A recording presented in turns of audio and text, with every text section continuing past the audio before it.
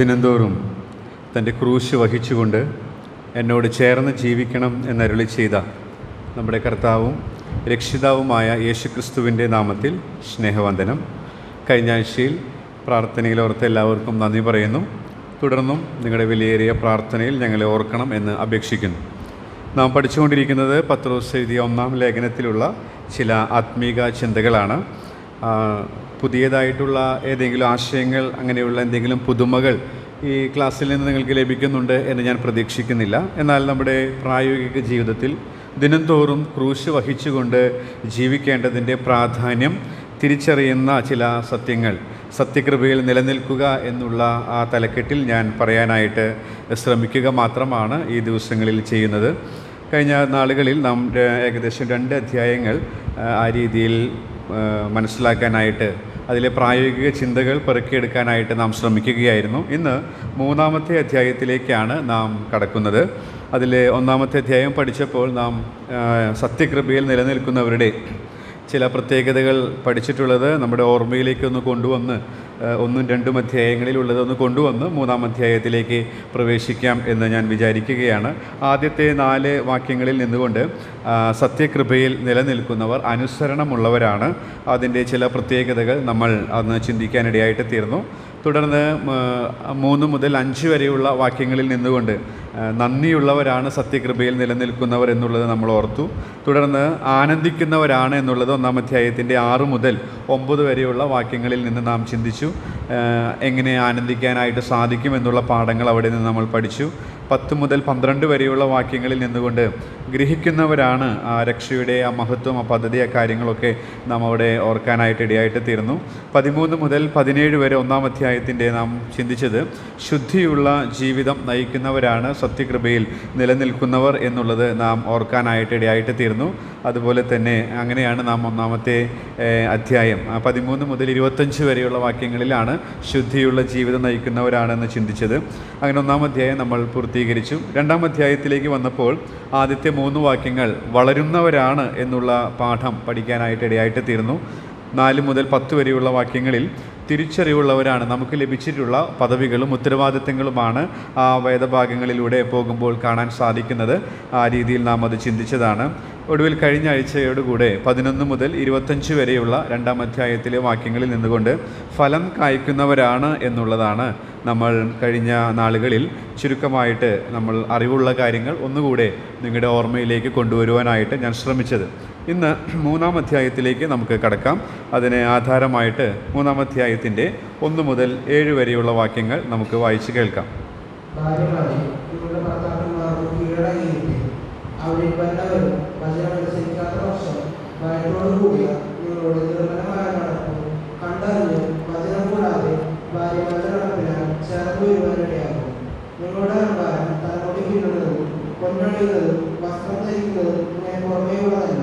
സൗമ്യതയും സാവധാനതയുമുള്ള മനസ്സ് എന്ന അക്ഷയഭൂഷണമായ ഹൃദയത്തിന്റെ ഗൂഢമനുഷ്യൻ തന്നെ ആയിരിക്കണം. അത് ദൈവസന്നിധി വിലയേറിയതാകുന്നു. ഇങ്ങനെയല്ലോ പണ്ട് ദൈവത്തിൽ പ്രത്യാശ വെച്ചിരുന്ന വിശുദ്ധ സ്ത്രീകൾ തങ്ങളെ തന്നെ അലങ്കരിച്ച് ഭർത്താക്കന്മാർക്ക് കീഴടങ്ങിയിരുന്നത്. അങ്ങനെ സാറാ അബ്രഹാമിനെ യജമാനനെ വിളിച്ച് അനുസരിച്ചിരുന്നു. നന്മ ചെയ്ത് യാതൊരു ഭീഷണിയും പേടിക്കാതിരുന്നാൽ നിങ്ങൾ അവരുടെ മക്കളായിരിക്കുന്നു. അങ്ങനെ തന്നെ ഭർത്താക്കന്മാരെ നിങ്ങളുടെ പ്രാർത്ഥനയ്ക്കും അപരാധിക്കണമെന്ന് വിവേകത്തോടെ ഭാര്യമാരോട് കൂടെ വസിച്ച് സ്ത്രീജനം ബലഹീനപാത്രങ്ങളും അവർ ജീവന്റെ കൃപയ്ക്ക് കൂട്ടാവകാശങ്ങളും ഓർത്ത് അവർക്ക് ബഹുമാനം കൊടുക്കും. ഈ 3-ാം അധ്യായം 1 മുതൽ 7 വരെയുള്ള വാക്യങ്ങൾ നമുക്ക് സുപരിചിതമാണ്. എന്നാൽ 2-ാം അധ്യായത്തിൻ്റെ 13 മുതൽ 3-ാം അധ്യായത്തിൻ്റെ 8-ാം വാക്യം വരെ ആവർത്തിച്ച് വരുന്ന ഒരു പദമാണ് കീഴടങ്ങിയിരിക്കുക, കീഴടങ്ങിയിരിപ്പിൻ എന്നുള്ളത്. അപ്പോൾ കീഴടങ്ങിയിരിക്കുക എന്ന് പറയുമ്പോൾ ആ പ്രമാണം അധികാരസ്ഥരോടുള്ള ബന്ധത്തിലും അതുപോലെ തൊഴിലിടങ്ങളിലും, നാം ഇന്ന് ചിന്തിക്കുന്നത് കുടുംബത്തിലും, അതുപോലെ തന്നെ 8-ാം വാക്യത്തിലേക്ക് വരുമ്പോൾ സഭയിലും കീഴടങ്ങിയിരിക്കേണ്ടതിൻ്റെ പ്രാധാന്യം നമുക്ക് കാണാനായിട്ട് സാധിക്കുന്നുണ്ട്. കീഴടങ്ങിയിരിക്കുന്നത് ഒരു ബലഹീനതയായി കണക്കാക്കിയിരുന്ന ഒരു കാലഘട്ടത്തിലാണ് പത്രോസ് ഈ ലേഖനം എഴുതാനായിട്ട് ഇടയായിട്ട് തീർന്നത്. അപ്പോൾ കീഴടങ്ങുക അല്ലെങ്കിൽ അധികാരത്തോട് വിധേയപ്പെട്ട് ജീവിക്കുക എന്നുള്ളതൊക്കെ ഈ കാലഘട്ടത്തിലും അത് വളരെ അസ്വസ്ഥത ഉളവാക്കുന്നതാണ് എന്നുള്ളതിന് യാതൊരു സംശയമില്ല. എന്നാൽ ദൈവത്തിൻ്റെ വചനം വളരെ വ്യക്തമായി നമ്മളോട് പറയുന്നത്, ദൈവം നമ്മെ ആക്കിയിരിക്കുന്നത് അധികാരം ദൈവത്താൽ വരുന്നതാകയാൽ, ദൈവത്താൽ സ്ഥാപിതമാകയാൽ ആ അധികാരത്തോട് ഞാനും നിങ്ങളും വിധേയരായി കീഴടങ്ങി ജീവിക്കണം എന്നുള്ളതാണ് ദൈവത്തിൻ്റെ ആത്മാവ് ഈ ഭാഗങ്ങളിൽ ആവർത്തിച്ച് പറയുന്നത്. ഈ 3 അധ്യായത്തിൻ്റെ 1 മുതൽ 8 വരെ കുടുംബത്തിലും സഭയിലും നാം കീഴടങ്ങി ജീവിക്കണം, വിധേയത്വമുള്ളവരാകണം എന്നുള്ളതാണ് അതിൻ്റെ ആശയത്തിൻ്റെ രത്നചുരുക്കം എന്ന് പറയുന്നത്. എന്നാൽ അതിനോടുള്ള ബന്ധത്തിലുള്ള ഒരുപാട് കമൻട്രികളൊക്കെ വായിക്കാനിടയായിട്ട് തീർന്നു. പക്ഷേ ഞാനിത് ദൈവസന്നിധിയിൽ ഇരുന്നപ്പോൾ എന്നോടുള്ള ബന്ധത്തിൽ ഈ ഭാഗത്ത് നിന്ന് സംസാരിക്കുന്നത് അങ്ങനെയുള്ള കുറിപ്പുകളാണ് ഞാൻ നേരത്തെ നിങ്ങളുമായിട്ട് പങ്കുവയ്ക്കാനിടയായിട്ട് തീർന്നത്. ഇത് പല നിലകളിൽ പല ദേവദാസന്മാർ പഠിച്ചിട്ടുള്ള കാര്യങ്ങൾ നമുക്ക് വായിക്കാനും മനസ്സിലാക്കാനായിട്ട് സാധിക്കും. എന്നാൽ നാം പാടാറുള്ളത് പോലെ ഏഴകൾക്കും മേകിടുന്നു ദിവ്യബോധമേ എന്നുള്ള ആ ശമുവേൽ സാറിൻ്റെ വാചകമാണ് പലപ്പോഴും വചന പഠനത്തോടുള്ള ബന്ധത്തിൽ എന്നെ പ്രേരിപ്പിക്കുന്നത്. അപ്പോൾ നമുക്കും ഇതിൽ നിന്ന് ദൈവത്തിൻ്റെ ആത്മാവിനെ ശബ്ദം ശ്രദ്ധിക്കുമ്പോൾ ഏഴകൾക്കും ഏകിടുന്ന ദിവ്യബോധം അത് കുറിച്ച് വെച്ചതാണ് നിങ്ങളോട് ഞാൻ പങ്കിടാനായിട്ട് ശ്രമിക്കുന്നത്. അപ്പോൾ ഈ ഭാഗത്തെ പ്രധാന സത്യം വിധേയത്വമുള്ളവരാകണം നമ്മളെ ആക്കിയിരിക്കുന്ന മേഖലകളിൽ എന്നുള്ളതാണ് ശരിക്കുള്ള വിഷയമെങ്കിലും അതിനോടുള്ള ബന്ധത്തിൽ നാം ഈ വചനം ധ്യാനിക്കാനായി ശ്രമിക്കുമ്പോൾ ദൈവത്തിൻ്റെ ആത്മാവ് നമ്മളോട് സംസാരിക്കുന്ന ചില കാര്യങ്ങളാണ് ഇന്നത്തെ പ്രധാന തലക്കെട്ടായിട്ട് കൊടുക്കാനായിട്ട് ഇടയായിട്ട് തീർന്നത്. അതെനിക്ക് മനസ്സിലായത് നിങ്ങളിവിടെ കാണുന്നത് പോലെ 1-ാം വാക്യത്തിൽ നാം കാണുന്നു, ഭയത്തോടു കൂടിയ നിങ്ങളുടെ നിർമ്മലമായ നടപ്പ് കണ്ടറിഞ്ഞ്. അതുപോലെ തന്നെ 4-ാം വാക്യത്തിൽ നാം കാണുന്നു, സൗമ്യതയും സാവധാനതയുമുള്ള മനസ്സ് എന്ന അക്ഷയഭൂഷണമായ ഹൃദയത്തിൻ്റെ ഗൂഢമനുഷ്യൻ. നമ്മുടെ അകത്തെ മനുഷ്യൻ രക്ഷിക്കപ്പെട്ടപ്പോൾ നമുക്ക് ലഭിച്ച ആ പുതിയ മനുഷ്യൻ അല്ലെങ്കിൽ ആ പുതിയ സ്വഭാവത്തെക്കുറിച്ചാണ് ഈ ഗൂഢമനുഷ്യൻ എന്നുള്ളതിൽ നിന്ന് അർത്ഥമാക്കുന്നത്. അപ്പോൾ ഈ പ്രയോഗങ്ങൾ അതുപോലെ തന്നെ തുടർന്നുള്ള വേദഭാഗങ്ങളിൽ ദൈവത്തിൽ പ്രത്യാശ വെച്ചിരുന്ന വിശുദ്ധ സ്ത്രീകൾ, അങ്ങനെയുള്ള ഈ പ്രയോഗങ്ങളിൽ നിന്നാണ് അടുത്ത പാഠം നമുക്ക് പഠിക്കാനായിട്ട് സാധിക്കുന്നത്. മറ്റൊന്നുമല്ല, സത്യകൃപയിൽ നിലനിൽക്കുന്നവർ അവരുടെ ആന്തരിക ജീവിതത്തെ ശ്രദ്ധിക്കുന്നവരാണ് എന്നുള്ളതാണ്. ഞാൻ നേരത്തെ പറഞ്ഞ അണ്ടർലൈൻ ചെയ്ത പ്രയോഗങ്ങളെല്ലാം തന്നെ നമ്മുടെ ആന്തരിക ജീവിതവുമായി വളരെ ബന്ധപ്പെട്ടതാണ്. അപ്പോൾ സത്യകൃപയിൽ നിലനിൽക്കുന്നവരുടെ മറ്റൊരു പ്രത്യേകതയായിട്ട് ഈ ഭാഗത്ത് നിന്ന് എനിക്ക് മനസ്സിലാക്കാൻ സാധിച്ചത്, അവർ അവരുടെ ആന്തരികമായ ജീവിതത്തെ അല്ലെങ്കിൽ അവരുടെ രഹസ്യ ജീവിതത്തെ വളരെ ശ്രദ്ധയോടുകൂടെ കാണുന്നവരാണ്, വളരെ ഗൗരവം ആ കാര്യത്തിൽ അവരെടുക്കുന്നതാണ് എന്നുള്ളത് മനസ്സിലാക്കാനായിട്ട് സാധിച്ചു. അതിനെക്കുറിച്ചിട്ടുള്ള 5 കുറിപ്പുകളാണ് ഇന്ന് ലഭിച്ച സമയത്തിൽ നിന്നുകൊണ്ട് നിങ്ങളുടെ ശ്രദ്ധയിലേക്ക് കൊണ്ടുവരുവാനായിട്ട് ഞാൻ ശ്രമിക്കുന്നത്. ഈ കാര്യം നമ്മുടെ ആന്തരിക ജീവിതം അതിനെ നാം ഗൗരവമായിട്ട് എടുത്താൽ നമ്മുടെ ആത്മീക ജീവിതം പുരോഗതിയുള്ളതായിട്ട് തീരുമെന്നുള്ളതിന് യാതൊരു സംശയമില്ല. കഴിഞ്ഞ ആഴ്ചയിൽ ആൻ്റണിയേട്ടൻ ഫോൺ വിളിച്ച് ഒരു കാര്യത്തോടുള്ള ബന്ധത്തിൽ അപ്പോൾ തൻ്റെ ഭാരം പറയുകയായിരുന്നു. നമ്മുടെ സ്നാനം നടന്നു, കാലാകാലങ്ങളിലൊക്കെ സ്നാനങ്ങൾ ഇങ്ങനെ നടന്നുകൊണ്ടിരിക്കുന്നു. പക്ഷേ അങ്ങനെ നടക്കുന്നുണ്ടെങ്കിൽ തന്നെയും നമുക്ക് ലഭിച്ച ആ ജീവൻ, നമുക്ക് ലഭിച്ച ആ ശക്തി അത് സ്വയമായി ഫലം പുറപ്പെടുവിക്കുവാൻ മതിയായതാണ്. പ്രത്യേകിച്ച് ഒരു പ്രോത്സാഹനമോ അല്ലെങ്കിൽ ഒരു ഉന്തോ തള്ളോ അതിൻ്റെ ആവശ്യമില്ലാതെ തന്നെ ആ ഡുനാമിസ് എന്നുള്ള പദം തന്നെയാണ് താൻ ഓർപ്പിക്കാനിടയായിട്ട് തീർന്നത്. അത് സ്വയമായി പ്രവർത്തിക്കാൻ ശക്തിയുള്ളതാണ്. എന്നാൽ ഇങ്ങനെ സ്വയമായി പ്രവർത്തിക്കാൻ ശക്തിയുള്ള ഈ ജീവൻ ലഭിച്ചവർ അത് പരസ്യമായി സാക്ഷിച്ചിട്ടും ആ രീതിയിൽ ജീവൻ്റെ പുതുക്കത്തിൽ നടക്കാത്തതിൻ്റെ ഭാരം താൻ പങ്കുവയ്ക്കുകയായിരുന്നു.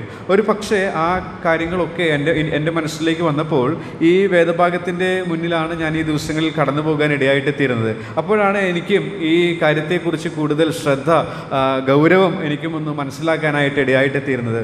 എന്തുകൊണ്ടാണ് കാലാകാലങ്ങളിൽ ഈ ജീവൻ ലഭിച്ചവർ ഈ ജീവൻ്റെ പുതുക്കത്തിൽ നടക്കുവാൻ കഴിവില്ലാത്തവരായിട്ട് തീരുന്നത്?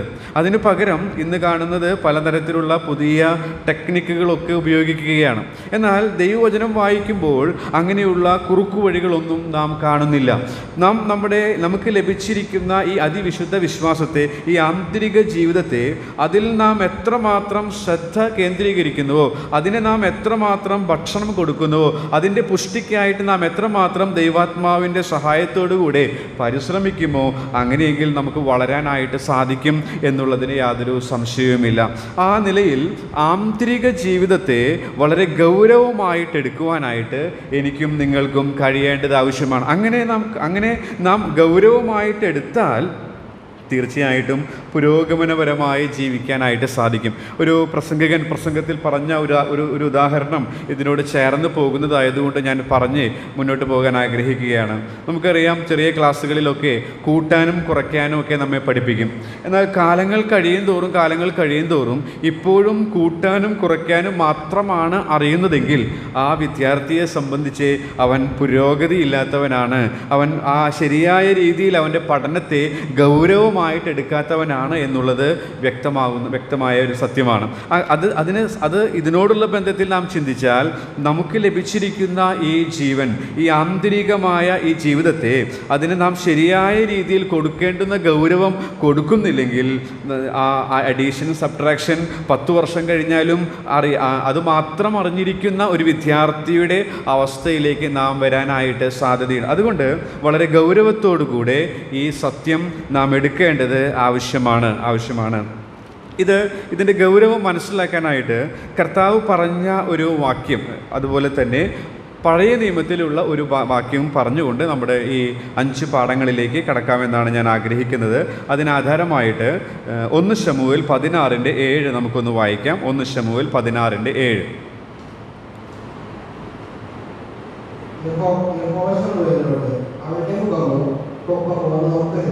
ഞാൻ അവനെ തള്ളിയിരിക്കുന്നു.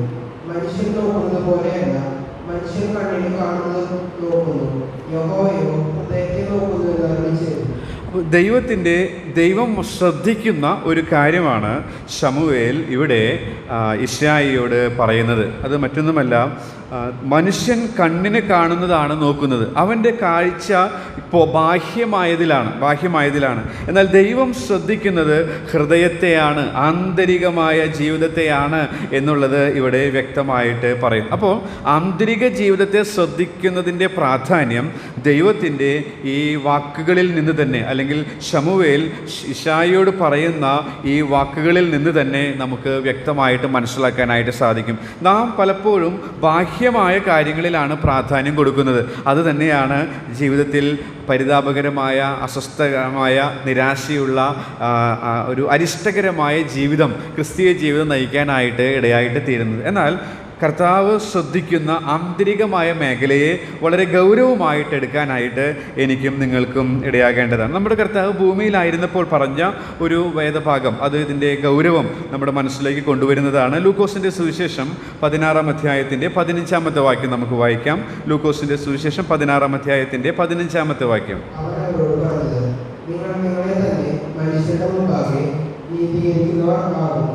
ദൈവമോ നിങ്ങളുടെ ഹൃദയം അറിയുന്നു, മനുഷ്യരുടെ ഇടയിൽ ഉന്നതമായത് ദൈവത്തിന് മുമ്പാകെ അറപ്പത്രേ.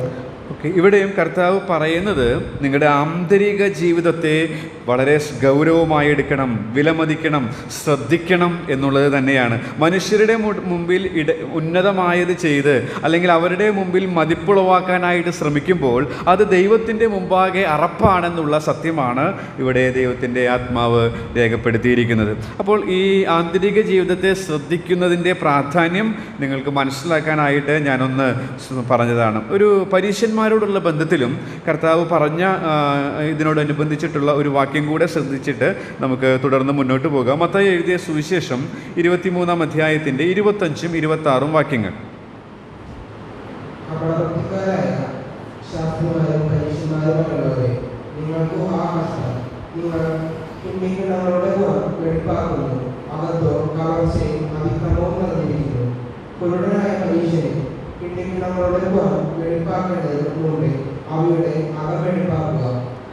ഇവിടെ കർത്താവ് പരീശന്മാരോട് വളരെ വ്യക്തമായി മുഖത്ത് നോക്കി തന്നെ പറയുകയാണ്, നിങ്ങളുടെ അകമാണ് വെടിപ്പാക്കേണ്ടത്, പുറമല്ല.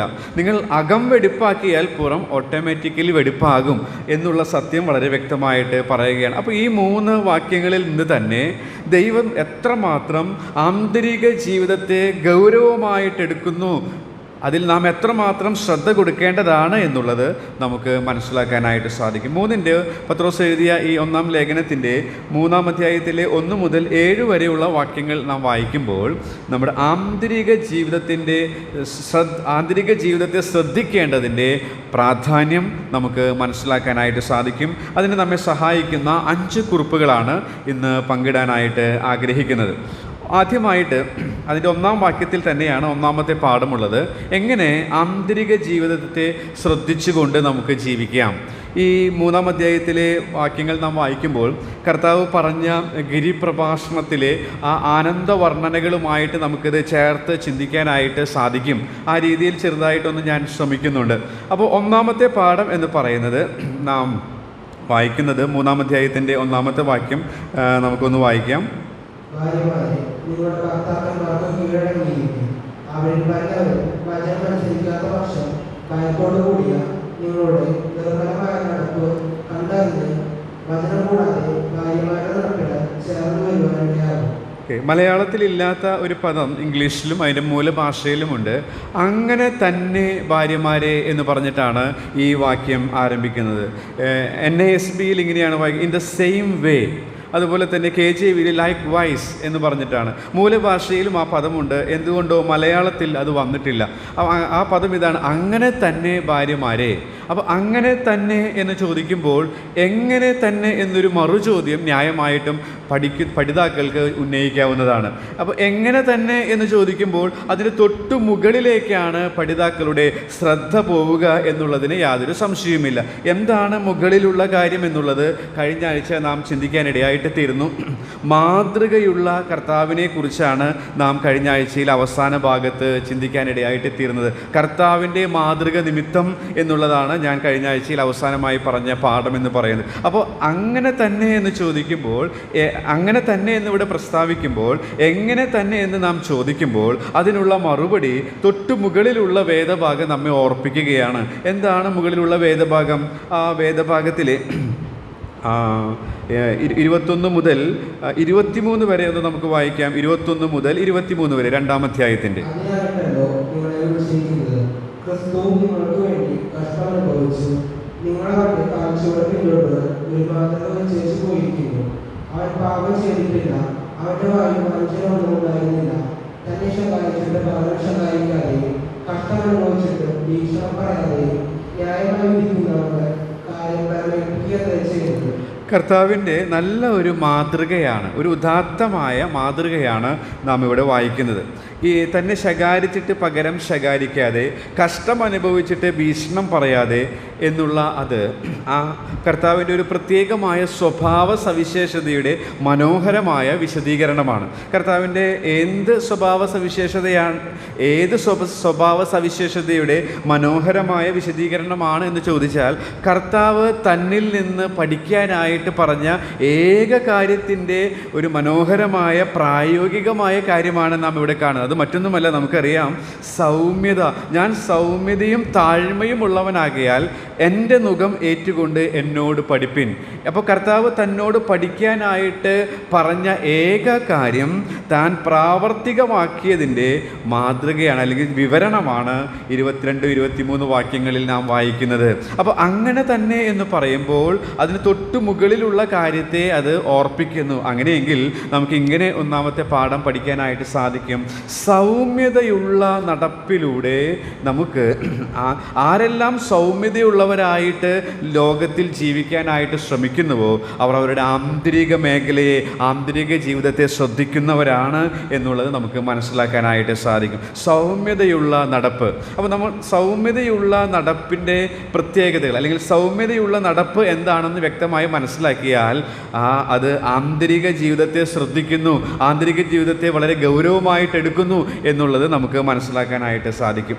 ഈ സൗമ്യത എന്ന് പറയുമ്പോൾ വർഷങ്ങൾക്ക് മുൻപ് സഹോദരിമാരുടെ ക്യാമ്പിൽ ആനന്ദവർണ്ണനകൾ എന്ന് പറഞ്ഞ് ഡോക്ടർ വർഗീസ് ജോൺ പഠിപ്പിച്ചിട്ടുള്ളത് ചൊവ്വാഴ്ച ദിവസം സഹോദരന്മാർക്കും അന്ന് പങ്കെടുക്കാനായിട്ട് സാധിച്ചതുകൊണ്ട് ഈ പാഠം സൗമ്യതയുള്ളവർ ഭാഗ്യവാന്മാർ എന്നുള്ള വിഷയം താൻ പഠിപ്പിച്ചപ്പോൾ അന്ന് നമ്മൾ സഹോദരന്മാർക്കും പങ്കെടുക്കാൻ സാധിച്ചിരുന്നു. അന്ന് താൻ വളരെ മനോഹരമായി സൗമ്യത എന്താണെന്നും അതിൻ്റെ വാക്കിൻ്റെ അർത്ഥവും അതിൻ്റെ പ്രായോഗിക അർത്ഥവും അതിൻ്റെ ബൈബിൾ സന്ദർഭത്തിൽ അതെങ്ങനെ അതിൻ്റെ വിവരണമൊക്കെ വളരെ മനോഹരമായിട്ട് വിവരിച്ചത് ഞാനും എഴുതി വെച്ചിട്ടുണ്ടായിരുന്നു. അപ്പോൾ എപ്പോൾ സൗമ്യത എന്നുള്ള വാക്ക് കാണുന്നുവോ അപ്പോഴൊക്കെ അത് വളരെ എളുപ്പത്തിൽ എനിക്ക്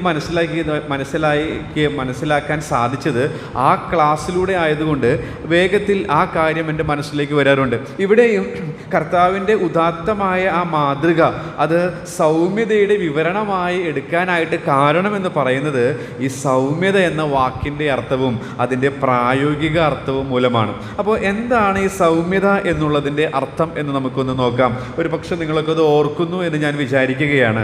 സൗമ്യത എന്ന വാക്കിൻ്റെ അർത്ഥം ഡിക്ഷണറി മീനിങ് നിയന്ത്രണ വിധേയമായ ശക്തി എന്നാണ്. നിയന്ത്രണ വിധേയമായ ശക്തി.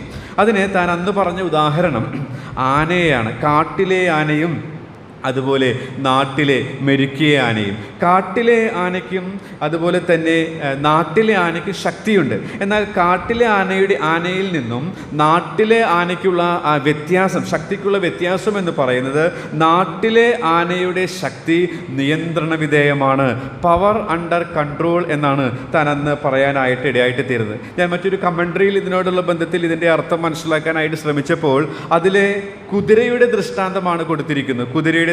കാട്ടിലെ കുതിര, നാട്ടിലെ കുതിര.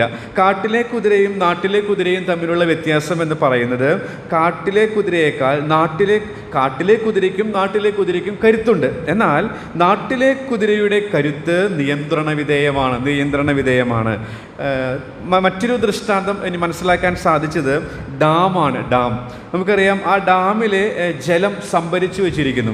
അപ്പോൾ ആ സംഭരിച്ചു വച്ചിരിക്കുന്ന ജലത്തിന് ഒരു ശക്തിയുണ്ട്. ആ ശക്തി നിയന്ത്രണ വിധേയമാണ്. അത് അതിൻ്റെ ഷട്ടർ തുറക്കുമ്പോൾ ആ വെള്ളം പുറത്തു വന്ന് ടർബൈനുകൾ കറക്കുമ്പോൾ അത് കൺസ്ട്രക്റ്റീവായിട്ടുള്ള ശക്തി നമുക്ക് ലഭിക്കുന്നു. എന്നാൽ ആ ഡാം പൊട്ടുമ്പോൾ ആ ജലം തള്ളുമ്പോൾ അത് കൺസ്ട്രക്റ്റീവായിട്ടുള്ള ശക്തിയായിട്ട് മാറുന്നു. അപ്പോൾ സംഭരിച്ചു വച്ചിരിക്കുന്ന ഒരു ശക്തി, നിയന്ത്രണ വിധേയമായ ശക്തി ദൃഷ്ടാന്തമായി ഡാമിനെ നമുക്ക് എടുക്കാനായിട്ട് സാധിക്കും. അപ്പോൾ സൗമ്യത എന്ന് പറയുന്നത് നിയന്ത്രണ വിധേയമായ ശക്തി എന്നുള്ളതാണ് അതിൻ്റെ വാക്കിൻ്റെ അർത്ഥമായിട്ട് പറയാനായിട്ട് അത് മനസ്സിലാക്കാനായിട്ട് ഇടയായിട്ട് തീരുന്നത്. ഇനി അതിൻ്റെ പ്രായോഗിക അർത്ഥം താൻ വിവരിച്ചത് അതും ഞാനൊന്ന് നിങ്ങളുടെ ഓർമ്മയിലേക്ക് കൊണ്ടുവരുന്നു. നാം അത് ഓർക്കുന്നതും പാലിക്കുന്നതും വളരെ നല്ലതാണ്. അതുകൊണ്ടാണ് ഞാനത് ഒന്ന് കോട്ട് ചെയ്യാനായിട്ട് ഇടയായിട്ട് തീരുന്നത്. അതിൻ്റെ പ്രായോഗിക അർത്ഥം എന്ന് പറയുന്നത് അദ്ദേഹം പറഞ്ഞത് പ്രകാരമാണ് വിചാര വികാര ഇച്ഛാശക്തിയെ പൂർണ്ണമായി നിയന്ത്രിച്ച് ദൈവഹിതപ്രകാരം ഉപയോഗിക്കാനുള്ള കഴിവ്. അതാണ് സൗമ്യത. വിചാര വികാര ഇച്ഛാശക്തിയെ പൂർണ്ണമായി നിയന്ത്രിച്ച് ദൈവഹിതപ്രകാരം ഉപയോഗിക്കാനുള്ള കഴിവാണ് സൗമ്യത എന്ന് പറയുന്നത്. തുടർന്ന് അത് താൻ മനസ്സിലാകുന്ന ഭാഷയിൽ കുറച്ചുകൂടി ലളിതമായിട്ട് വിശദീകരിച്ചു. അതും ഞാൻ കുറിച്ചെടുക്കാൻ ഇടയായിട്ട് തീർന്നു. അതും ഞാനൊന്ന് പറയാനായിട്ട് ശ്രമിക്കുന്നു. അപ്പോൾ ആ സൗമ്യത എന്നുള്ള വാക്കിൻ്റെ ശരിയായ രീതിയിലുള്ളൊരു ചിത്രം നമ്മുടെ മനസ്സിലേക്ക് വരും എന്ന് ഞാൻ വിചാരിക്കുകയാണ്. അദ്ദേഹം പറഞ്ഞത് ഇങ്ങനെയാണ്: നമുക്കെതിരെ ദ്രോഹം ചെയ്യുന്നവരോട് പ്രതികാരം ചെയ്യുവാൻ അവകാശവും അധികാരവും ശക്തിയും അവസരവും ഉള്ളപ്പോൾ. വളരെ വളരെ ഗഹനമായിട്ടുള്ള ഒരു വിശദീകരണമാണ് താൻ കൊടുത്തത്. അവകാശവും അധികാരവും ശക്തിയും അവസരവുമുള്ളപ്പോൾ, നമുക്കെതിരെ ദ്രോഹം ചെയ്യുന്നവരോട് പ്രതികാരം ചെയ്യാൻ അവകാശവും അധികാരവും ശക്തിയും അവസരവുമുള്ളപ്പോൾ അങ്ങനെ ചെയ്യാതെ ആത്മനിയന്ത്രണം പാലിക്കുന്നതാണ് സൗമ്യത എന്ന് പറയുന്നത്. നമ്മുടെ കർത്താവിൻ്റെ ഈ ദൃഷ്ടാന്തം ഇത് വായിച്ചപ്പോൾ ഈ ഡെഫിനിഷനിലേക്ക് എൻ്റെ ചിന്ത എത്തിയത് അതുകൊണ്ടാണ്. കർത്താവിന് എല്ലാ അവകാശവും എല്ലാ എല്ലാ അധികാരവും, എല്ലാ ശക്തിയും, എല്ലാ അവസരവും ഉണ്ടായിരുന്നു. എന്നാൽ അവൻ അത് പ്രതികാരം ചെയ്യാനായിട്ട് ഉപയോഗിക്കാതെ ആത്മനിയന്ത്രണം പാലിച്ച ചിത്രം നാം സുവിശേഷങ്ങളിൽ വായിക്കുന്നുണ്ട്. അതിൻ്റെ ഒരു സംക്ഷിപ്ത രൂപമാണ് പത്രോസ് ഈ 2-ാം അധ്യായത്തിൻ്റെ 22-23 വാക്യങ്ങളിൽ രേഖപ്പെടുത്തിയിരിക്കുന്നത്. അപ്പോൾ സൗമ്യതയുള്ള നടപ്പ്. നമുക്ക് ദ്രോഹം ചെയ്യുന്നവർ ഈ ലോകത്തിലുണ്ട്, യാതൊരു സംശയവുമില്ല. എന്നാൽ അവരോട് പ്രതികാരം ചെയ്യാനായിട്ട് നമുക്ക് അവകാശവും അധികാരം, ശക്തി, അവസരമൊക്കെ ഉള്ളപ്പോൾ അങ്ങനെ ചെയ്യാതെ ആത്മനിയന്ത്രണം പാലിക്കാനായിട്ട് എനിക്കും നിങ്ങൾക്കും സാധിച്ചാൽ നാം സൗമ്യതയുള്ള നടപ്പിലൂടെ അല്ലെങ്കിൽ സൗമ്യതയുള്ളവരായിട്ടാണ് നടക്കുന്നത് എന്നുള്ളത് നമുക്ക് മനസ്സിലാക്കാനായിട്ട് സാധിക്കും. സൈമൺ സാറിൻ്റെ മനോഹരമായ പാട്ട് നാം ഇപ്പോൾ കുറേ നാളായി ആരാധനയ്ക്കത് പാടിയിട്ട് എന്ന് ഞാൻ വിചാരിക്കുകയാണ്.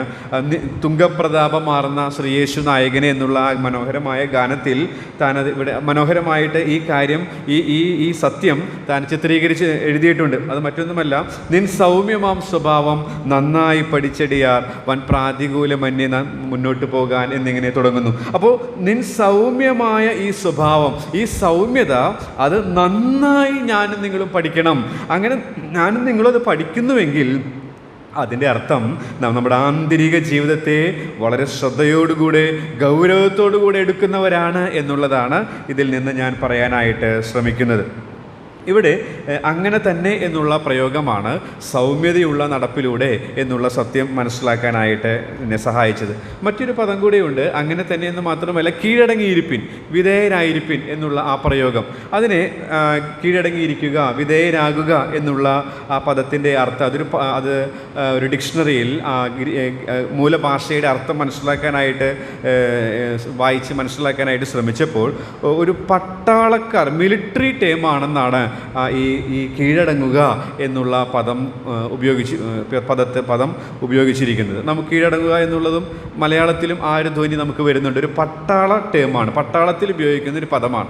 എന്ന് വെച്ചാൽ പദവിക്കനുസരിച്ച് പ്രവർത്തിക്കുക, റാങ്ക് ഓർഡറിനനുസരിച്ച് പ്രവർത്തിക്കുക എന്നുള്ളതാണ് അർത്ഥം. അപ്പോൾ നമുക്കറിയാം റാങ്ക് ഓർഡറിൽ, അപ്പോൾ അത് നമ്മുടെ പട്ടാളത്തിൽ മാത്രമല്ല, നമ്മൾ തൊഴിലിടങ്ങുന്ന എല്ലാ മേഖലകളിലൊക്കെ അതിൻ്റെതായ ഒരു ക്രമം നമുക്ക് കാണാനായിട്ട് സാധിക്കും. ഈ ക്രമമുള്ള ആ മേഖലകളിൽ നാം ജോലി ചെയ്യുമ്പോൾ ഈ സൗമ്യതയ്ക്ക് വളരെയധികം പ്രാധാന്യമുണ്ട്. ഈ ഡെഫിനിഷൻ നാം പാലിക്കാനായിട്ട് വളരെയധികം സാധിക്കും എന്നുള്ള ഒരു കാര്യം കൂടി നമുക്കതിൽ നിന്ന് മനസ്സിലാക്കാനായിട്ട് സാധിക്കും. അപ്പോൾ അങ്ങനെ തന്നെ കീഴടങ്ങിയിരിപ്പിൻ എന്നുള്ള 2 പദപ്രയോഗങ്ങളാണ് സൗമ്യതയുള്ള നടപ്പ് എന്നുള്ള സത്യം മനസ്സിലാക്കാനായിട്ട് എന്നെ സഹായിച്ചത്. അപ്പോൾ നമ്മുടെ ജീവിതത്തിൽ ഇങ്ങനെ നമുക്കെതിരെ ദ്രോഹം ചെയ്യുന്നവരോട് പ്രതികാരം ചെയ്യാൻ അവകാശവും അധികാരവും ശക്തിയും അവസരവും ഉള്ളപ്പോൾ അത് ചെയ്യാതെ ആത്മനിയന്ത്രണം പാലിക്കാനായിട്ട് നിയന്ത്രണ വിധേയമായ ശക്തിയുള്ളവരായിട്ട് ഞാനും നിങ്ങളും നടക്കുമ്പോൾ അത് നമ്മുടെ ആന്തരിക മേഖലയെ നാം ശ്രദ്ധിക്കുന്നവരാണ്, ഗൗരവമായി എടുക്കുന്നവരാണ് എന്നുള്ളത് നമുക്ക് മനസ്സിലാക്കാനായിട്ട് സാധിക്കും. ഇത് പഴയ നിയമ ഭക്തരുടെ ജീവിതത്തിലും നമുക്ക് കാണാനായിട്ട് സാധിക്കും. എടുത്തു വായിക്കുന്നില്ല. അബ്രഹാമിനോടുള്ള ബന്ധത്തിലും മോശയോടുള്ള ബന്ധത്തിലും ഈ സൗമ്യത വെളിപ്പെടുത്തപ്പെട്ട രംഗങ്ങൾ ഉൽപ്പത്തി പുസ്തകം 13, സംഖ്യാപുസ്തകം 12 നമുക്ക് വായിക്കാനായിട്ട് സാധിക്കും. ഞാനത് എടുത്ത് ചിന്തിക്കാനായിട്ട് ഇപ്പോൾ ശ്രമിക്കുന്നില്ല. അപ്പോൾ ഈ 2 കാര്യങ്ങൾ കർത്താവിൻ്റെ മാതൃകയിൽ നിന്നും അതുപോലെ തന്നെ ഈ പദത്തിൻ്റെ അർത്ഥത്തിൽ നിന്നും നമുക്ക് ഇതിൻ്റെ ഗൗരവവും ഇതെത്രമാത്രം പ്രധാനപ്പെട്ടതുമാണെന്ന് മനസ്സിലാക്കാനായിട്ട് സാധിക്കും. വരും ദിവസങ്ങളിൽ ആ രീതിയിൽ സൗമ്യതയോടുകൂടി നടക്കുവാനായിട്ട് എനിക്കും നിങ്ങൾക്കും കൂടുതലായിട്ട് കർത്താവ് കൃപ തരുമാറാകട്ടെ. 2ാമത്തെ പാഠത്തിലേക്ക് വരാനായിട്ട് ശ്രമിക്കുകയാണ്. എങ്ങനെ അത് സാധിക്കും? ആന്തരിക ജീവിതത്തെ ശ്രദ്ധിക്കാനായിട്ട് അല്ലെങ്കിൽ ഗൗരവത്തോടെ എടുക്കാനായിട്ട് എങ്ങനെ നമുക്ക് സാധിക്കും? 2ാമത്തെ പാഠം എന്ന് പറയുന്നത് അതിൻ്റെ 2ാമത്തെ വാക്യമാണ് നമ്മെ പഠിപ്പിക്കുന്നത്. 2ാമത്തെ വാക്യം നമുക്കൊന്ന് വായിക്കാം.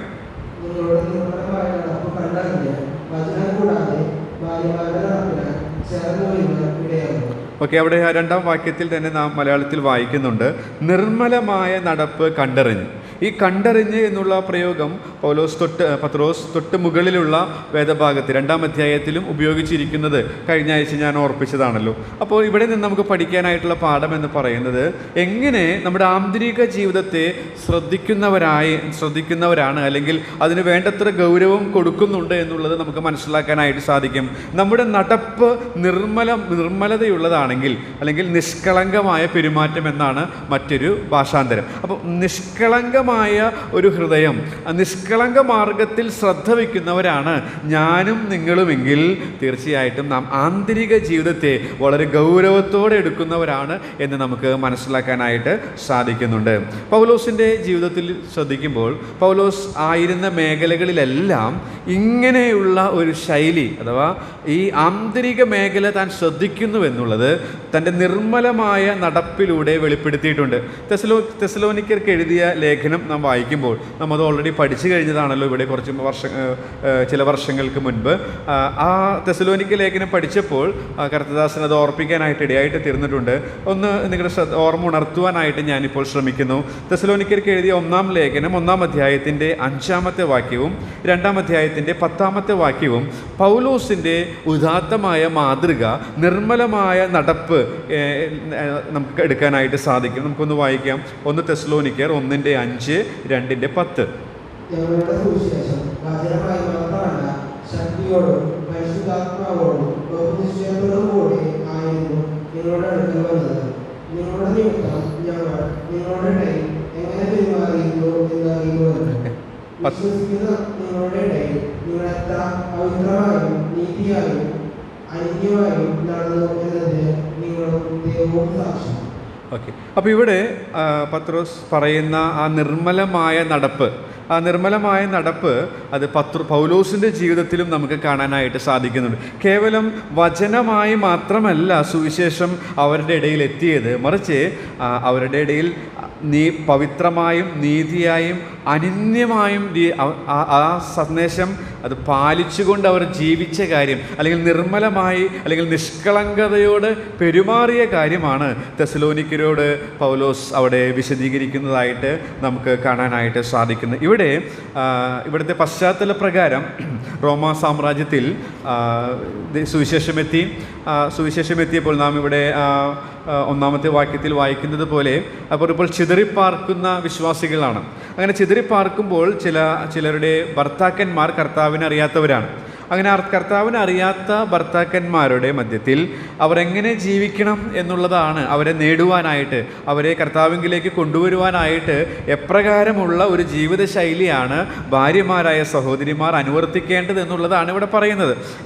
എന്നാൽ അതിൽ നിന്ന് നമുക്കുള്ള ചില ആത്മീക പാഠങ്ങളാണ് ഞാനിപ്പോൾ പറയാനായിട്ട് ശ്രമിക്കുന്നത്. അപ്പോൾ അവരോട് പറയുകയാണ്, നിങ്ങളുടെ നിർമ്മലമായ നടപ്പ് അവരുടെ ജീവിതത്തെ രൂപാന്തരപ്പെടുത്തും.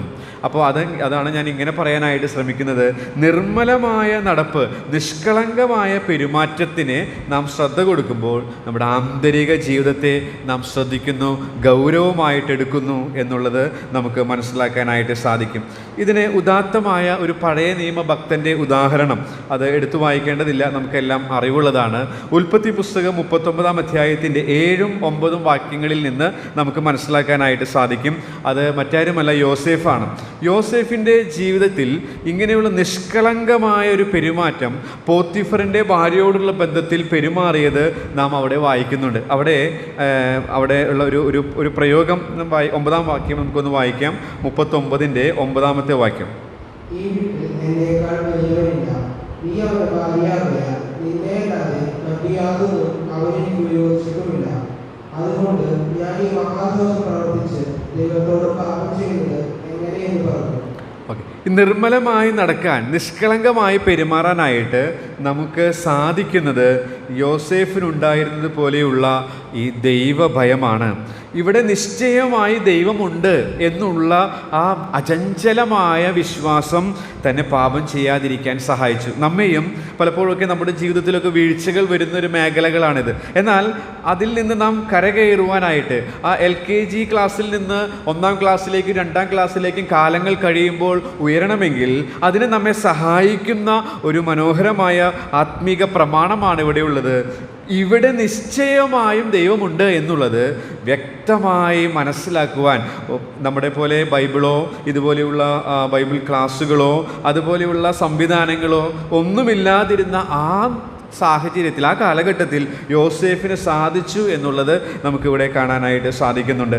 ഈ 2-ാം വാക്യത്തിൽ നാം ഇങ്ങനെ വായിക്കുന്നുണ്ട്, നിങ്ങളുടെ നിർമ്മലമായ 1-ാം വാക്യത്തിൽ തന്നെ ഭാര്യമാരെ നിങ്ങളുടെ ഭർത്താക്കന്മാർ കീഴടങ്ങിയിരിപ്പിൻ, അവരിൽ വല്ലവരും വചനം അനുസരിക്കാത്ത പക്ഷം ഭയത്തോടു കൂടിയ നിങ്ങളുടെ നിർമ്മലമായ നടപ്പ് കണ്ടറിഞ്ഞ്. ഈ ഭയത്തോടു കൂടിയ എന്നുള്ളത് അതിൻ്റെ മുകളിൽ 1-ാം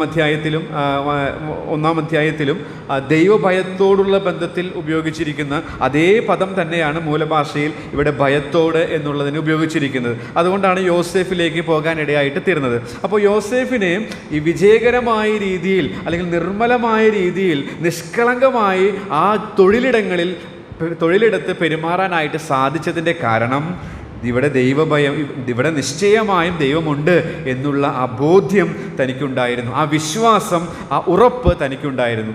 അതേ പ്രമാണം തന്നെയാണ് 21-ാം നൂറ്റാണ്ടിലും നമുക്കുമുള്ളത്. നാം ആയിരിക്കുന്ന മേഖലയിൽ കർത്താവ് കൂടെയുണ്ട്. അത് കേവലം കഷ്ടതകളുടെ മധ്യത്തിൽ, പ്രയാസങ്ങളുടെ മധ്യത്തിൽ മാത്രമല്ല, ഇങ്ങനെയുള്ള പാപം ചെയ്യാനുള്ള സാഹചര്യങ്ങൾ, പ്രലോഭനങ്ങളൊക്കെ നേരിടുമ്പോഴും നമ്മെ ഭരിക്കുന്നുവെങ്കിൽ നിർമ്മലമായി നിഷ്കളങ്കമായി നടക്കാനായിട്ട് എനിക്കും നിങ്ങൾക്കും സാധിക്കും എന്നുള്ളതിന് യാതൊരു സംശയവുമില്ല. അപ്പോൾ നിർമ്മലമായി നടക്കുന്നവർ, നിഷ്കളങ്കമായി പെരുമാറുന്നവർ, അവർ ആന്തരിക ജീവിതത്തെ ശ്രദ്ധിക്കുന്നവരാണ് എന്നുള്ളത് നമുക്ക് മനസ്സിലാക്കാനായിട്ട് സാധിക്കും. 3-ാമത്തെ പാഠത്തിലേക്ക് നമുക്ക് വേഗത്തിലേക്ക് പോകാം. 3-ാമത്തെ പാഠം, അതിനായിട്ട് നമുക്ക് 3 മുതൽ 4 വരെയുള്ള വാക്യങ്ങൾ വായിക്കാം. നിങ്ങളുടെ തലമുടിക്കുന്നതും പൊന്നണിയുന്നതും വസ്ത്രം തയ്ക്കുന്നതും പുറമെയുള്ളതല്ല, സൗമ്യതയും സാവധാനതയുമുള്ള മനസ്സെന്ന അക്ഷയഭൂഷണമായ ഹൃദയത്തിൻ്റെ ഗൂഢമനുഷ്യൻ തന്നെ ആയിരിക്കണം. അത് ദൈവസന്നിധിയിൽ വിലയേറിയതാകുന്നു. ഓക്കെ, ഇവിടെ ബാഹ്യമായ അലങ്കാരത്തിൻ്റെ ന്യൂനതയും ആന്തരികമായ അലങ്കാരത്തിൻ്റെ പ്രാധാന്യവുമാണ് അപ്പോസ്തലനായ പത്രോസ് ഇവിടെ വ്യക്തമാക്കുന്നത്. അത് പറയാൻ കാരണം ഞാൻ നേരത്തെ പറഞ്ഞതുപോലെ സ്ത്രീയെ ഒരു വസ്തുവായി കണക്കാക്കിയിരുന്ന, അതുപോലെ തന്നെ സ്ത്രീയെ അടിമയായി കണക്കാക്കിയിരുന്ന, വേണമെങ്കിൽ എപ്പോൾ വേണമെങ്കിലും അവളെ ഉപേക്ഷിക്കുവാനായിട്ടുള്ള സാമൂഹ്യ സാഹചര്യങ്ങൾ നിലനിന്നിരുന്ന ആ കാലഘട്ടത്തിൽ ക്രിസ്തുവിൽ വന്ന വിശ്വാസികളായ സഹോദരിമാർ, ക്രിസ്തുവിൽ സ്ത്രീയും പുരുഷനും എന്നിങ്ങനെയുള്ള ആ സ്വാതന്ത്ര്യത്തിൻ്റെ പ്രമാണം മനസ്സിലാക്കിയപ്പോൾ, ആ രീതിയിൽ അവർ സ്വതന്ത്രരായി തീർന്നു എന്നുള്ള ആ കാര്യങ്ങളൊക്കെ വന്നപ്പോൾ അവരുടെ പങ്കാളികൾ അവിശ്വാസികളായിരുന്നു. അപ്പോൾ അങ്ങനെയുള്ള കുടുംബത്തിൽ പല വിധത്തിലുള്ള പ്രതിസന്ധികൾ അവർ നേരിടാനിടയായിട്ട് തീർന്നു. അങ്ങനെയുള്ളവരെ മുന്നിൽ കണ്ടുകൊണ്ട്, അങ്ങനെയുള്ള അനുവാചകരെ മുന്നിൽ കണ്ടുകൊണ്ടാണ് പത്രോസ് ഈ പരാമർശങ്ങൾ ഇവിടെ നടത്താനായിട്ട് ഇടയായിട്ട് തീർന്നത്. നമ്മെ സംബന്ധിച്ച് നമ്മുടെ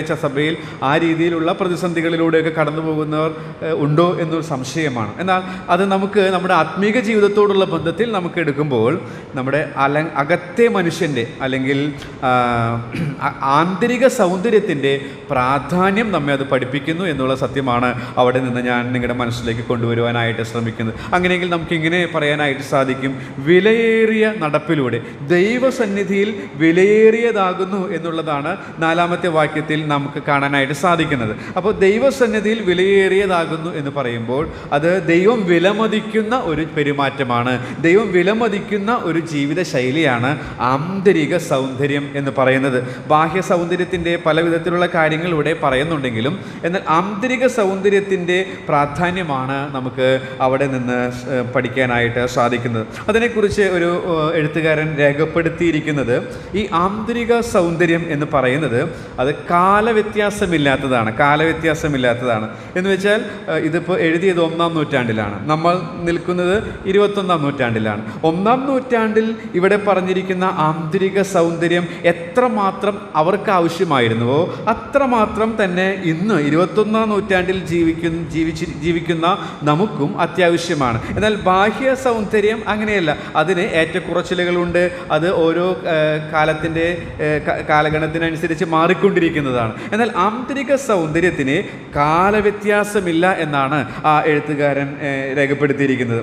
മാത്രമല്ല കാലവ്യത്യാസം മാത്രമല്ല സ്ഥലവ്യത്യാസവുമില്ല എന്നാണ് അദ്ദേഹം എഴുതിയിരിക്കുന്നത്. സ്ഥലവ്യത്യാസവുമില്ലാത്തതാണ് ആന്തരിക സൗന്ദര്യം അല്ലെങ്കിൽ സൗമ്യതയും അത് സാവധാനതയുമുള്ള മനസ്സ് എന്ന് പറയുന്നത്, അല്ലെങ്കിൽ അകത്തെ മനുഷ്യൻ്റെ ശക്തി എന്ന് പറയുന്നത്.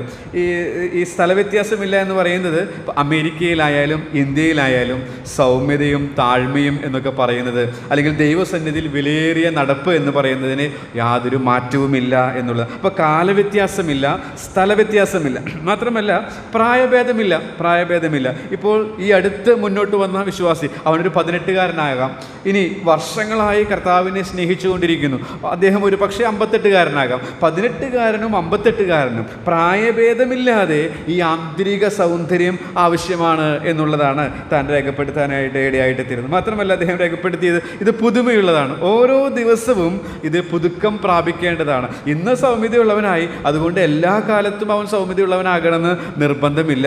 അതുകൊണ്ട് അത് അത് ഓരോ ദിവസവും പുതുമയുള്ളതാണ്. മാത്രമല്ല നാം നേരത്തെ ആദ്യം വായിച്ച വാക്യങ്ങളുടെ അടിസ്ഥാനത്തിൽ നമുക്ക് മനസ്സിലാക്കാൻ സാധിക്കും, ദൈവം നോക്കുന്നതാണ് ആന്തരിക ബാഹ്യ സൗന്ദര്യമല്ല ദൈവം നോക്കുന്നത്, ആന്തരിക സൗന്ദര്യമാണ് ദൈവം നോക്കുന്നത്. മാത്രമല്ല ഇതിൻ്റെ ലിവിങ് ട്രാൻസ്ലേഷനിൽ ഇത് നിലനിൽക്കുന്നതാണ്. ആന്തരിക സൗന്ദര്യം ബാഹ്യ സൗന്ദര്യം ക്ഷയിച്ചു പോകുന്നതാണ്. അതുകൊണ്ടാണ് ഇവിടെ പറയുന്നത് അക്ഷയഭൂഷണം, ക്ഷയമില്ലാത്ത അലങ്കാരം. അപ്പോൾ ക്ഷയമില്ലാത്ത നിലനിൽക്കുന്ന സൗന്ദര്യമാണ് ആന്തരിക സൗന്ദര്യം എന്ന് നമുക്കറിയാം. മാത്രമല്ല ഇങ്ങനെ സൗമ്യതയും താഴ്മയും ഉള്ളവരായിട്ടൊക്കെ നാം ജീവിക്കുമ്പോൾ, ആനന്ദവർണ്ണനകളിലേക്ക് നാം പോകുമ്പോൾ പറയുന്നുണ്ട്, അതിൻ്റെ പ്രമാണം പാലിക്കുന്നവർക്ക് കർത്താവ് അനുഗ്രഹവും കൊടുക്കുന്നതായിട്ട് മത്തായി 5 നാം കാണുന്നുണ്ട്. അപ്പോൾ ഇത് പ്രതിഫലം നൽകുന്നതാണ് എന്നുള്ളതും നമുക്ക് ഇവിടെ കാണാനായിട്ട് സാധിക്കും. ദൈവത്തിൻ്റെ സന്നിധിയിൽ വിലയേറിയതാണ് ഈ ആന്തരിക സൗന്ദര്യം എന്നുള്ളതാണ് നമുക്ക് ഇവിടെ നിന്ന് മനസ്സിലാക്കാനായിട്ട് സാധിക്കുന്നത്.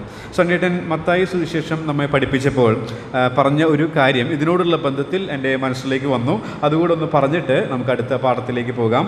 മത്തായി എഴുതിയ സുവിശേഷം 5-ാം അധ്യായത്തിൻ്റെ 20-ാമത്തെ വാക്യം, ആന്തരിക സൗന്ദര്യത്തിൽ നാം ശ്രദ്ധിക്കേണ്ട ഒരു പ്രധാനപ്പെട്ട സത്യമാണ്. താനത് നമ്മെ പഠിപ്പിച്ചതാണ്. ഒന്ന് ഓർമ്മിപ്പിച്ച് മുന്നോട്ട് പോകാനായിട്ട് ഞാൻ ശ്രമിക്കുന്നു. മത്തായി 5:20, നിങ്ങളുടെ നീതി ശാസ്ത്രിമാരുടെയും പരീക്ഷന്മാരുടെയും നീതിയെ കവിഞ്ഞില്ലെങ്കിൽ നിങ്ങൾ സ്വർഗ്ഗരാജ്യത്തിൽ കടക്കയില്ലെന്ന് നിങ്ങളോട് പറയുന്നു. ഓക്കെ, അതായത് നിങ്ങളുടെ നീതി, അത് ഞാനിങ്ങനെ എടുക്കുന്നു, നമ്മുടെ ആന്തരിക സൗന്ദര്യം അത് ശാസ്ത്രിമാരുടെയും പരീക്ഷന്മാരുടെയും സൗന്ദര്യ പ്രമാണത്തെ, സ്റ്റാൻഡേർഡിനെ കവിയുന്നില്ലെങ്കിൽ നിങ്ങൾ സ്വർഗരാജ്യത്തിൽ കടക്കയില്ല എന്ന് പറയും. എന്ന് വെച്ചാൽ നമ്മുടെ ആ നീതി അത് കവിയണം, കൂടണം എന്നാണ് പറയുന്നത്. നമ്മുടെ നീതി കവിയണം, കൂടണം. ആരേക്കാൾ? പരീക്ഷന്മാരേക്കാൾ, ശാസ്ത്രിമാരേക്കാൾ. പരീക്ഷന്മാരുടെയും ശാസ്ത്രിമാരുടെയും നീതി എന്ന് പറയുന്നത് നമ്മുടെ പരീക്ഷൻ്റെയും ചുങ്കക്കാരൻ്റെയും ആ പ്രാർത്ഥനയിൽ നമുക്കറിയാം. അവർ ഇത്ര വട്ടം ഉപവസിക്കുന്നു, ഇത്ര വട്ടം പ്രാർത്ഥിക്കുന്നു. അപ്പോൾ അവരുടെ നീതിയെ കവിയണം, അല്ലെങ്കിൽ അവരുടെ നീതിയേക്കാൾ കൂടണം എന്ന് പറഞ്ഞാൽ അവർ ദിവസത്തിൽ 2 വട്ടം ഉപവസിക്കുമ്പോൾ നാം 4 വട്ടം ഉപവസിക്കണം എന്നാണോ? ഒരിക്കലുമല്ല. നമുക്കതറിയാം, അന്ന് താനത് വ്യക്തമാക്കിയതാണ്. അത് എണ്ണത്തിലല്ല ഗുണത്തിലാണ് എന്നുള്ളതാണ് പറയാനായിട്ട് ഞാൻ ശ്രമിക്കുന്നത്. അപ്പോൾ പരീക്ഷന്മാരുടെ നീതിയെ കവിയുന്ന നീതി എന്ന് പറയുന്നത് അത് എണ്ണത്തിലല്ല. ഇന്ന് ഞാൻ 5 വട്ടം പ്രാർത്ഥിച്ചു, ഇന്ന് ഞാൻ 500 വാക്യം പഠിച്ചു, അങ്ങനെ എണ്ണത്തിലല്ല, മറിച്ച് അതിൻ്റെ ഗുണത്തിലാണ്. അതാണ് കർത്താവ് പറയാനായിട്ട് ഇടയായിട്ട് തീരുന്നത്. അന്നത്തെ പരീക്ഷന്മാർക്ക് വചനം അരച്ച് കലക്കി കുടിച്ചിരുന്ന അന്നത്തെ പരീക്ഷന്മാർക്കും ശാസ്ത്രിമാർക്കും അത് മനസ്സിലാക്കാനായിട്ട് സാധിച്ചില്ല. ഈ അപകടം നമുക്കും വരാനായിട്ട് സാധ്യതയുണ്ട്.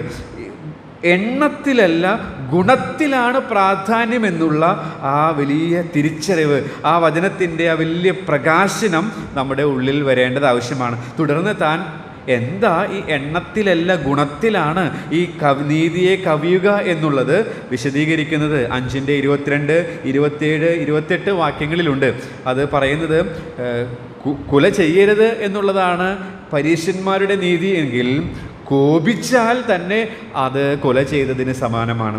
വ്യഭിചാരം ചെയ്യരുത് എന്നാണ് പരീക്ഷന്മാരുടെ നീതിയെങ്കിൽ സ്ത്രീയെ മോഹിച്ചാൽ തന്നെ വ്യഭിചാരം ചെയ്തു പോയി എന്നുള്ളതാണ് കർത്താവിൻ്റെ നീതി എന്ന് പറയും. എന്ന് വെച്ചാൽ എണ്ണത്തിലല്ല ഗുണത്തിലാണ്, ക്വാളിറ്റിയിലാണ് കർത്താവ് വിലമതിക്കുന്നത്. ആന്തരിക സൗന്ദര്യത്തിലാണ് ഈ പുതിയ നിയമ പ്രമാണം എന്നുള്ളത് ഇതിനോടുള്ള ബന്ധത്തിൽ ചേർത്ത് പറയാനായിട്ട് ഞാൻ ശ്രമിക്കുകയാണ്. അപ്പോൾ നമ്മുടെ ജീവിതത്തിൽ ഈ ആന്തരിക സൗന്ദര്യത്തെ വിലമതിക്കാനായിട്ട് നാം ശ്രമിക്കുന്നുണ്ടോ എന്നുള്ളത് ഞാൻ നിങ്ങളെ ഓർമ്മപ്പെടുത്താനായിട്ട് ആഗ്രഹിക്കുകയാണ്. ഇയ്യോബിൻ്റെ പുസ്തകം ഇതിന് ഒരു മകുടോദാഹരണമായിട്ട് നമുക്ക് എടുക്കാനായിട്ട് സാധിക്കും. ഇയ്യോബിൻ്റെ പുസ്തകത്തിലേക്ക് നാം പോകുമ്പോൾ നമുക്കറിയാം, ഇയ്യോബിൻ്റെ പുസ്തകം നമുക്ക് 40-ാം അധ്യായത്തിൻ്റെ 4-ഉം 42-ാം അധ്യായത്തിൻ്റെ 6 വാക്യങ്ങൾ നമുക്ക് വായിക്കാം. ഇയ്യോബിൻ്റെ പുസ്തകം 40-ന്റെ 4, 42-ന്റെ 6. ഞാൻ നിസ്സാരനല്ലോ, ഞാൻ നിന്നോട് എന്തുത്തരം പറയേണ്ടു, ഞാൻ കൈക്കൊണ്ട് വായ്പൊട്ടിക്കൊള്ളുന്നു. ഞാൻ എന്നെ തന്നെ വെറുത്ത് കൊടുകിലും ചാരത്തിലും കിടന്ന് അനുഗമിക്കുന്നു. ഓക്കെ, ദൈവം ഇടപെട്ട് കഴിഞ്ഞപ്പോൾ ഇയ്യോബിൻ്റെ പ്രതികരണമാണ് നാം വായിച്ചത്. നമ്മൾ മുകളിൽ അതിന് മുൻപിൽ നാം വായിക്കുമ്പോൾ തൻ്റെ 3 സ്നേഹിതന്മാർ വന്ന് തന്നോട് സംഭാഷിക്കുന്നതായിട്ട് കാണുന്നുണ്ട്. എന്നാൽ അങ്ങനെയുള്ള സംഭാഷണത്തിൽ ഇയ്യോബും സംസാരിക്കുന്നു. അങ്ങനെയുള്ള സംസാരത്തിൽ ഒന്നും പ്രത്യേകമായ മാറ്റങ്ങളോ കാര്യങ്ങളോ ഒന്നും വരുന്നില്ല. എന്നാൽ ദൈവം തന്നെ കുറിച്ച് അവനെ വെളിപ്പെടുത്തുന്നതായിട്ട് നാം 40-ാം അധ്യായത്തിൻ്റെ തുടർന്ന് വായിക്കുന്നുണ്ട്. അതിൻ്റെ സമ്മറിയാണ്, അതിൻ്റെ പരിണിത ഫലമാണ് 42-ന്റെ 6-ൽ നാം വായിക്കുന്നത്. താൻ ഒന്നുമല്ല എന്നുള്ളത് ദൈവം മുമ്പാകെ സമ്മതിക്കാനിടയായിട്ട് തീർന്നു. ഒരു എഴുത്തുകാരൻ അതിനെക്കുറിച്ച് എഴുതിയിരിക്കുന്നത് വായിച്ചപ്പോഴാണ് ഈ ആശയത്തിലേക്ക് എൻ്റെ മനസ്സിലേക്ക് ഈ ആശയം വരാനായിട്ട് ഇടയായിട്ട് തീർന്നത്. അത് മറ്റൊന്നുമല്ല, ഇയ്യോബ് താൻ ദൈവം മുമ്പാകെ നീതിയുള്ളവനാണ്, താൻ ദൈവം മുമ്പാകെ നീതിമാനാണ്, അതുപോലെ തന്നെ നിഷ്കളങ്കനാണ്, നിർമ്മലനാണ് എന്നുള്ളതിൽ അവൻ്റെ ഉള്ളിൽ ചെറിയ ഒരു ശതമാനം നിഗളമുണ്ടായിരുന്നു. അതുകൊണ്ട് ദൈവം അത് ഉടച്ചു കളയാനായിട്ട്, കാരണം നിഗളികളെ ദൈവം വെറുക്കുന്നു, എന്നാൽ അത് ഉടച്ചു കളയാനായിട്ട് ദൈവം അവനോട് ഇടപെടുകയാണ്. അവൻ്റെ സഹോദരന്മാരൊക്കെ ഇടപെട്ടു, പക്ഷേ അത് അതിൽ ഫലമുളവാകാനായിട്ട് ഇടയായിട്ട് തീർന്നില്ല. എന്നാൽ ദൈവം താൻ ആരാണെന്ന് അവന് വെളിപ്പെടുത്തിയപ്പോൾ അവൻ തന്നെക്കുറിച്ച് തന്നെ പറയുന്ന, അയ്യോ ഞാൻ നിസ്സാരനാണ്, ഞാൻ എത്രയോ ആന്തരിക സൗന്ദര്യത്തിൽ ദൈവം മുമ്പാകെ കുറവുള്ളവനാണ് എന്ന് തിരിച്ചറിഞ്ഞ ഒരു സാക്ഷ്യമാണ് നമുക്ക് വായിക്കാനായിട്ട് കഴിഞ്ഞത്. ഞാനിത് ചിന്തിച്ചപ്പോൾ, ഈ എഴുത്തുകാരൻ അത് പറഞ്ഞിരിക്കുന്നത് ചേർത്ത് ചിന്തിച്ചപ്പോൾ, ഇയ്യോബ് നമ്മളെക്കാളൊക്കെ എത്രയോ ശ്രേഷ്ഠമായ നിലവാരം പുലർത്തിയവനാണ്. ദൈവവും പിശാചും തന്നെ അവൻ്റെ ആ സാക്ഷ്യത്തെ വെളിപ്പെടുത്തിയത് നാം വായിക്കുന്നുണ്ട്. എന്നാൽ അതിൻ്റെ മുമ്പാകെ നമ്മുടെ ആത്മീക സൗന്ദര്യം എത്രമാത്രം താഴെയാണ്, എൻ്റെ സൗന്ദര്യം എത്രമാത്രം താഴെയാണ് എന്നുള്ളത് തട്ടിച്ചു നോക്കാൻ ഇടയായിട്ട് തീർന്നത്. അതുകൊണ്ടാണ് ഞാനിത് പറയാനായിട്ട് ഇടയായിട്ട് തീർന്നത്. അപ്പോൾ വിലയേറിയ നടപ്പ്, ദൈവം മുമ്പാകെ വിലയേറിയതായിട്ടുള്ള ആന്തരിക സൗന്ദര്യം, അതിന് പ്രാധാന്യം കൊടുത്തുകൊണ്ടുള്ള നടപ്പ്, അത് ആന്തരിക ജീവിതത്തെ ഗൗരവമായിട്ട് എടുക്കുന്നതിൻ്റെ ചിത്രമായിട്ട് നമുക്ക് മനസ്സിലാക്കാനായിട്ട് സാധിക്കും. 4-ാമത്തെ പാഠത്തിലേക്ക് നമുക്ക് വരാം. 4-ാമത്തെ പാഠം 5-ഉം 6-ഉം വാക്യങ്ങൾ നമുക്ക് വായിക്കാം. 5-ഉം 6-ഉം വാക്യങ്ങൾ.